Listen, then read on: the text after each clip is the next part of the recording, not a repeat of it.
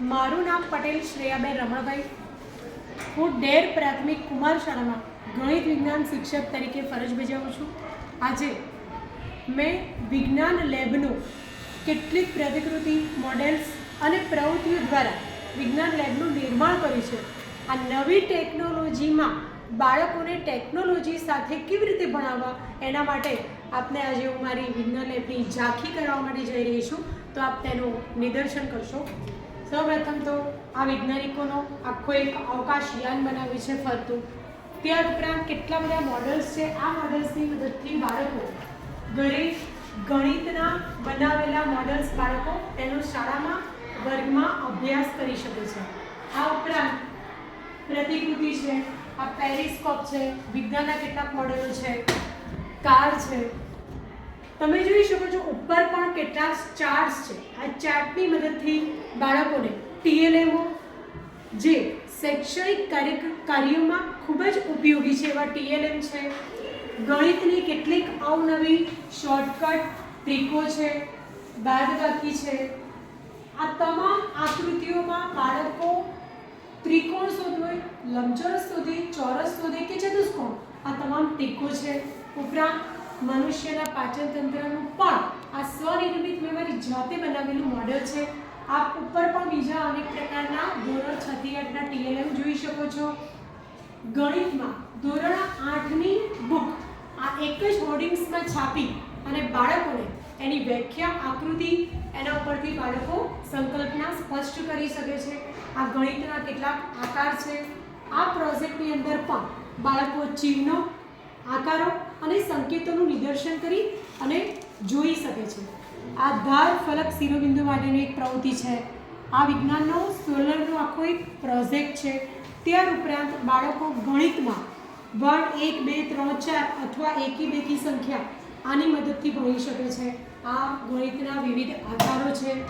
આ પ્રોજેક્ટ પણ કે પાયથાગોરસ પ્રમેય, ત્રિકોણના પ્રકાર, સંખ્યા રેખા, વર્તુળ, આલેખો, કેટલાક પ્રકારના કોણ, આખા આ પ્રોજેક્ટની મદદથી બાળકને બીજગણિત, ભૂમિતિ અને સંખ્યા જ્ઞાનનો પણ સમજ મેળવી શકે છે.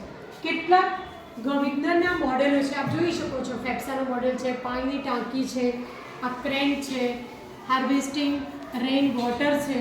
આ વિજ્ઞાનના સાધનો છે કે બાળકો તમામ સાધનોથી પરિચિત થાય. આ સાદું માઇક્રોસ્કોપ છે.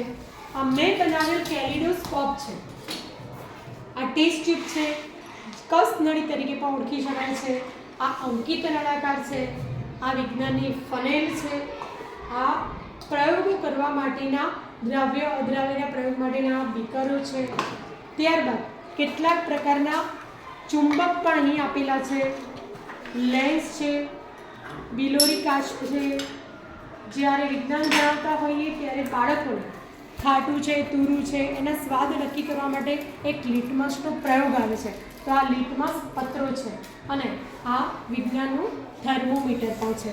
એવી રીતે આ ક્રેન, મોટર ક્રેન બનાવેલી છે. આ ATM મશીન છે. આ પક્ષીઓ માટે લિફ્ટ, હાઇડ્રોલિક લિફ્ટ કાર છે. આ આર્કિમિડીઝનો સિદ્ધાંત સમજાવતો એક મોડેલ છે. આ પક્ષી ભગાવવાનું મશીન છે. આમાં ઘણા બધા કાચ અને ઇન્જેક્શન, પછી ટેસ્ટ ટ્યુબ હોલ્ડર બધાનો સમાવેશ થાય છે. આ ધુમાડા સૂચક યંત્ર છે, વિદ્યુત પરિપથનો પ્રયોગ છે, બ્લોવર મશીન છે. આ એક પશુઓ, મૂંગા પશુઓ ન મરી જાય એના માટેનો આધુનિક કિલ્લો છે.